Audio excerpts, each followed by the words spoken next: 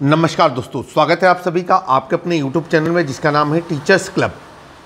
प्रिय अध्यापक बंधुओं, जैसा कि आप सभी लोगों को मालूम है कि अगस्त माह की विद्यालय प्रबंध समिति की बैठक का आयोजन किया जाना है और उसका जो एजेंडा और कार्यवृत्त है वो हम आपके सामने बताने जा रहे हैं।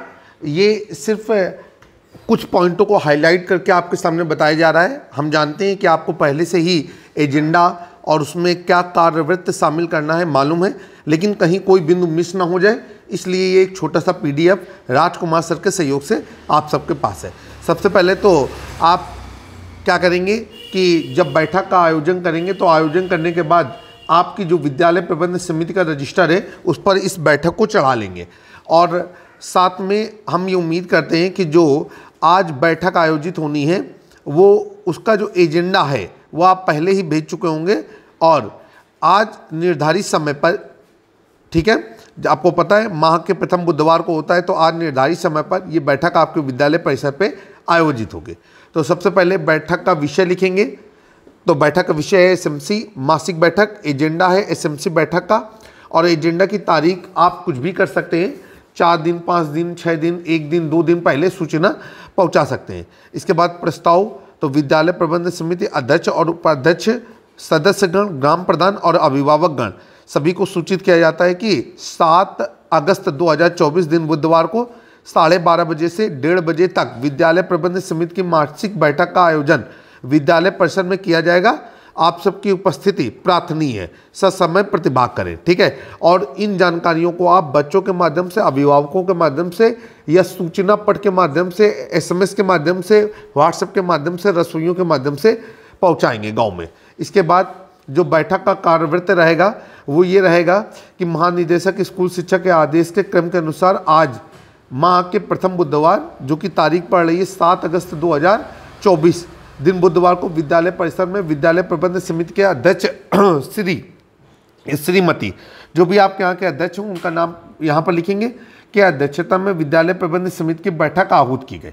नियम के अनुसार बैठक का कोरम पूरा है और आज की बैठक में पूर्व बैठक की समीक्षा की गई, एजेंडा पढ़ करके सुनाया गया और बैठक में निम्नलिखित बिंदुओं पर चर्चा हुई।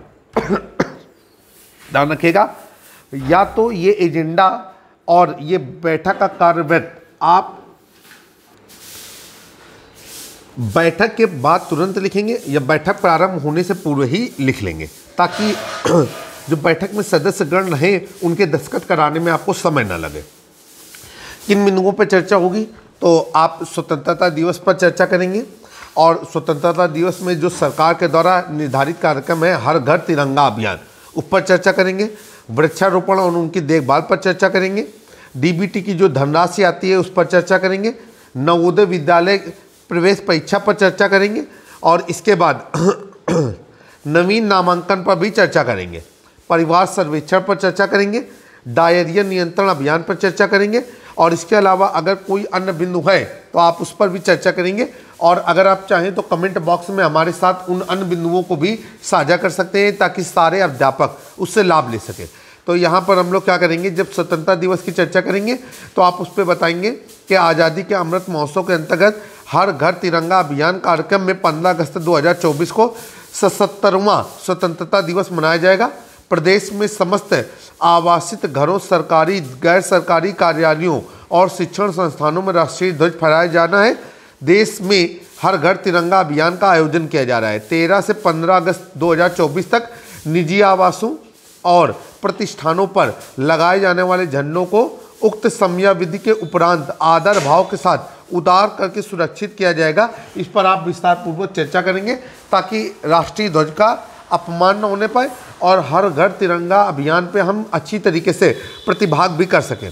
इसके बाद वृक्षारोपण पर चर्चा करेंगे कि जुलाई माह में पर्यावरण दिवस आयोजित किया गया है और सरकार के द्वारा बृहद वृक्षारोपण अभियान किया गया है। साथ ही में एक वृक्ष माँ के नाम अभियान भी चलाया गया है। बरसात के समय में पौधों को लगाने का सबसे सही समय होता है और पर्यावरण में जो प्रदूषण बढ़ रहा है उसको रोकने के लिए हमको वृक्षारोपण करना बहुत ज़्यादा ज़रूरी है। तो आप सभी अभिभावकों को बताएंगे कि जो नवीन पौधे लगाए जा रहे हैं उनका आपको ज़्यादा से ज़्यादा रख रखाव करना है ताकि वो बड़े हो सकें। इसके अलावा उनको अपने स्तर से भी पेड़ पौधे लगाने हैं ताकि जो पर्यावरण के प्रदूषण है उसको रोका जा सके। कम से कम एक अभिभावक दो या उससे ज़्यादा पौधे अवश्य लगाएं और उनकी देखभाल भी करें। ससमय उनको पानी देते रहें ताकि हम अपने आगे आने वाले बच्चों के भविष्य को प्रदूषण से बचा सकें। इसके बाद डीबीटी धनराशि पर चर्चा करनी है और आपको बताना है कि 2024-2025 के लिए यूनिफॉर्म, स्वेटर, स्कूल बैग, जूता, मोजा और स्टेशनरी के लिए सरकार के द्वारा दी जाने वाली 1200 रुपये की धनराशि जो है ये खातों में भेजी जा रही है। आप सभी अभिभावक जिनको अब तक ये धनराशि प्राप्त नहीं हुई है वो अपने खातों में ये पता कर लें कि उनका खाता डीबीटी से लैस है या नहीं, एनबीटी हुआ है कि नहीं, साथ में उनके खाते में आधार सीड है या नहीं। यह अनिवार्य रूप से बेहद ज़्यादा जरूरी है। इसके अलावा आप उनको ये भी बताएंगे कि आप अपने खाते पे मोबाइल नंबर भी अपडेट रखें ताकि सरकार के द्वारा आने जाने वाली धनराशि आपको पता चल सके। आपको ये भी ध्यान रखना है कि अब डीबीटी में जो पैसा है वो खाता संख्या के माध्यम से ना भेज करके आधार नंबर के माध्यम से भेजा जाता है और अधिकतर मामलों में ये देखा गया है कि जो पैसा है वो उन खातों में जा रहा है जो खाता सबसे अंत में खुला है और जिसमें आधार कार्ड लगा हुआ है। ये खाता डाकघर का भी खाता हो सकता है और किसी भी राष्ट्रीयकृत या प्राइवेट बैंक का भी खाता हो सकता है। और अभिभावकों को ये भी प्रेरित करें कि जो बच्चों के लिए 1200 रुपये की धनराशि आ रही है वो बच्चों के ऊपर ही खर्च करें ताकि उन्हें ड्रेस प्राप्त हो सके और वो सभी बच्चों के बीच में अच्छा महसूस कर सके। साथ में आपको ये भी बताना है कि आपको ससमय अपने खातों में लेन देन करते रहना है ताकि आपका खाता किसी तरीके से निष्क्रिय ना होने पाए, क्योंकि निष्क्रिय खातों में सरकार पैसा नहीं भेज पाती है।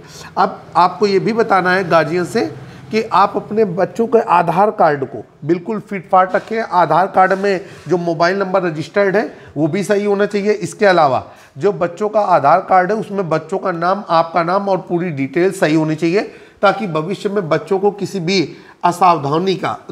आपकी असावधानी की वजह से बच्चों को किसी भी प्रकार की असुविधा का सामना न करना पड़े।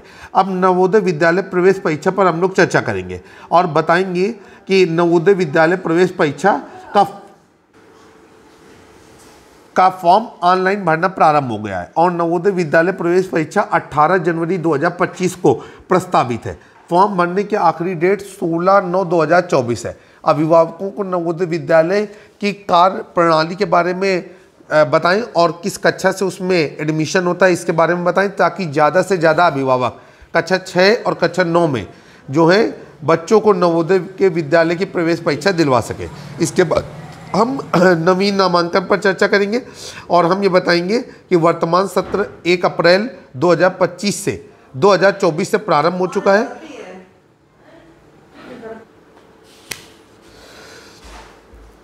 तो आप गार्जियन को बताएंगे कि जो बच्चे 1 अप्रैल 2024 को 6 वर्ष के आयु पूरी कर चुके हैं और वहाँ जो वो एडमिशन ले सकते हैं और जो बच्चे 6 वर्ष से कम आयु के हैं उनको बाल वाटिका में भी भेजना सुनिश्चित किया जाए। बाल वाटिका आंगनवाड़ी में चल रही है। अधिक से अधिक नामांकन हो ताकि कोई भी बच्चा पढ़ाई से वंचित न रह जाए और स्कूल चलो अभियान में भी अभिभावकों को बढ़ चढ़ करके प्रतिभाग करना है ताकि ज़्यादा से ज़्यादा नामांकन कराए जा सके। इसके बाद परिवार सर्वेक्षण पर हम लोग चर्चा करेंगे और आपको बताएंगे, गार्जियन को बताएंगे कि वर्ष 2024-25 के लिए 6 से 14 वर्ष के आउट ऑफ स्कूल बच्चों का चिन्हांकन करके उनके आयु संगत कक्षा में नामांकन हेतु परिवार सर्वेक्षण कर्मियों द्वारा घर घर जाकर के परिवार सर्वेक्षण के माध्यम से चिन्हित किया जा रहा है। प्रथम चरण 17 जून 2024 से 16 जुलाई 2024 की अवधि में किया जाना है। द्वितीय चरण 1 अगस्त 2024 से 31 अगस्त 2024 की अवधि में संपन्न किया जाना है। परिवार सर्वेक्षण के प्रपत्र विद्यालय में सुरक्षित रखे जाने। प्रथम चरण की परिवार सर्वेक्षण प्रपत्रों का विवरण 31 जुलाई 2024 तक तथा दूसरे चरण के प्रपत्रों का विवरण 15/9/2024 तक प्रेरणा पोर्टल के परिवार सर्वेक्षण DCF के माध्यम पर प्रधानाध्यापक के द्वारा लोड किया जाएगा। विद्यालय स्तर से जो भी कार्मिक परिवार सर्वेक्षण हेतु आप लोगों के घर जाएं, उनका सहयोग करते हुए उनको सही जानकारी करें ताकि परिवार सर्वेक्षण अभियान को सफल बनाया जा सके।